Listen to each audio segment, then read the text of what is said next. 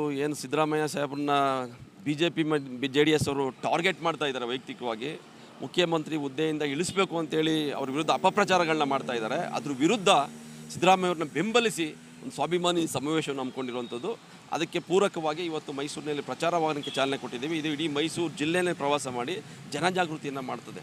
ಏನವರು ಅಪಪ್ರಚಾರ ಮಾಡ್ತಾ ಇದ್ದಾರೆ ಅದ್ರ ವಿರುದ್ಧ ನಾವು ಸಿದ್ದರಾಮಯ್ಯವ್ರ ಜೊತೆಗೆ ನಾವೆಲ್ಲ ಇದ್ದೀವಿ ಜನ ಸಮುದಾಯ ಅಂತೇಳಿ ಸಂದೇಶ ಕೊಡಲಿಕ್ಕೆ ಈ ಒಂದು ಸಮಾವೇಶವನ್ನು ಮಾಡ್ತಾ ಇರೋದು. ಈ ಪ್ರಚಾರ ವಾಹನ ಪ್ರಚಾರ ಆ ಜನಜಾಗೃತಿಯನ್ನು ಮಾಡ್ತದೆ.